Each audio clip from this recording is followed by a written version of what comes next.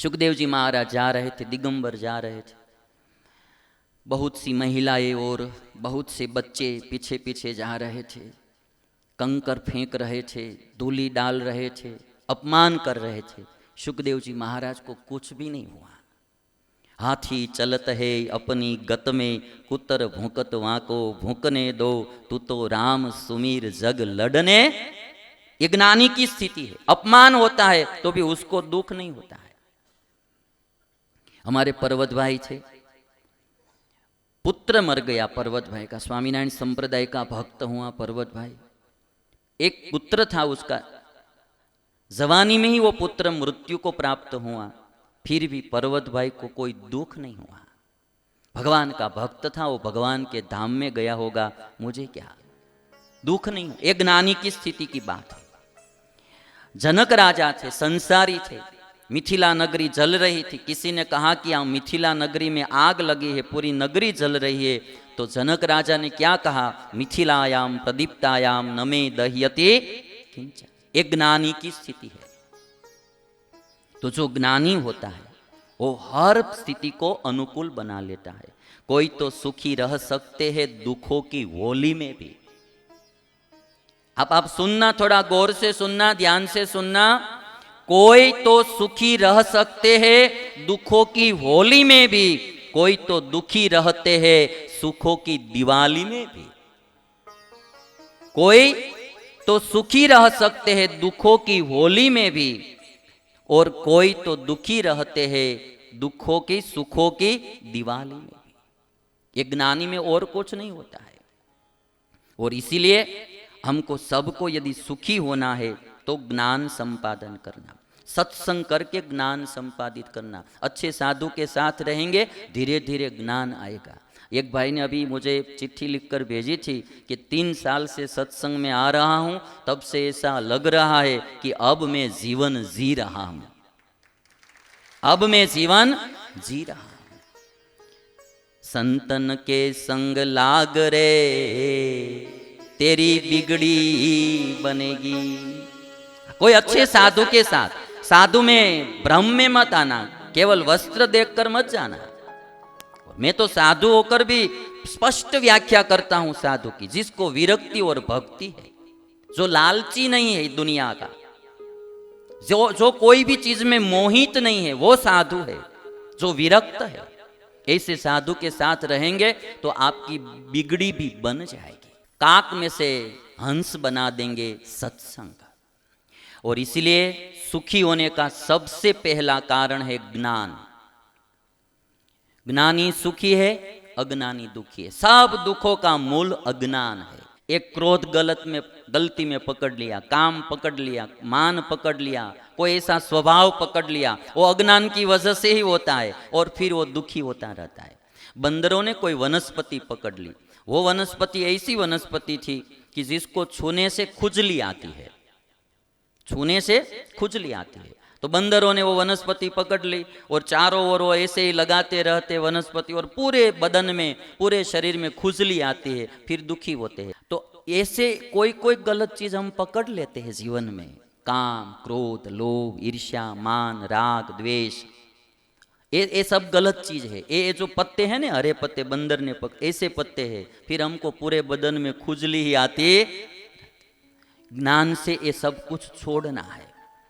अज्ञानी की एक बात बता दूं मैं आपको, अज्ञानी माने क्या, दृष्टिहीन आदमी है। जैसे कोई अंध आदमी होता है तो उसको दिखाई नहीं देता है, तो वो कहीं ना कहीं गिरता जाएगा, क्योंकि उनको दिखाई नहीं दे रहा है, रास्ता ठीक से दिखाई नहीं देता है, वो कहीं ना कहीं गिर जाएगा। अज्ञानी, ये तो अंध आदमी हो तो शारीरिक अंध है, अज्ञानी वो मानसिक अंध है। उनको कोई दृष्टि नहीं है, वो कहीं न कहीं काम में, क्रोध में, लोभ में, मान में, ईर्ष्या में, राग द्वेष में, पाप में गिरता रहता है। वो स्वयं भी दुखी होता है और दूसरों को भी दुखी करता है। ये दृष्टिहीन है। अज्ञानी माने दृष्टिहीन। अज्ञानी मीन्स अंधा आदमी है वो। एक अज्ञानी आदमी की वजह से कितने लोग मरे, कितने के घर बिखरे हुए होंगे। आज कोई का पति मरा होगा, किसी की पत्नी मरी होगी, एक अज्ञान के कारण। अज्ञान क्या नहीं कर सकता है। और इसीलिए सुख का सबसे बड़ा उपाय है ज्ञान। आपको कहीं भी जाना हो जाना, मैं ये बात बहुत पक्की आपसे बोल रहा हूं। और ज्ञान संपादित करने के लिए कोई न कोई अच्छे साधु के संग में रहना। और सुख शांति का दूसरा उपाय है संतोष। जो मिला है उसमें सुख से रहो। आगे जाने की जरूर इच्छा रखना, वो मैं ना नहीं बोलता हूं, किंतु कोई चीज प्राप्त करने के लिए दुखी नहीं होना है। चीज हम क्यों प्राप्त करना चाहते? सुखी होने के लिए। तो जब मिल जाए तब सुखी होना, किंतु नहीं मिली है तब तक दुखी नहीं होना है। प्राप्त करने के लिए प्रयत्न करना है, जी जान से प्रयत्न करना है, परिश्रम पूरा दिल से करना है। किंतु मिले तो सुखी होना, ना मिले तो भी सुखी होना, दुखी मत होना, दोबारा ट्राई करना है। हम क्या करते? संतोष नहीं है तो हमारे पास जो चीज है उसका सुख का अनुभव नहीं करते हैं, और दूसरी चीज प्राप्त करने में जो मिला है उसका भी सुख का अनुभव नहीं कर सकते। असंतोषी है हम। इसलिए दूसरा सुख का उपाय है संतोष रखो। जो मिला है आनंद में रहो, और प्राप्त करने की इच्छा जरूर करना रखना, किंतु दुखी नहीं होना।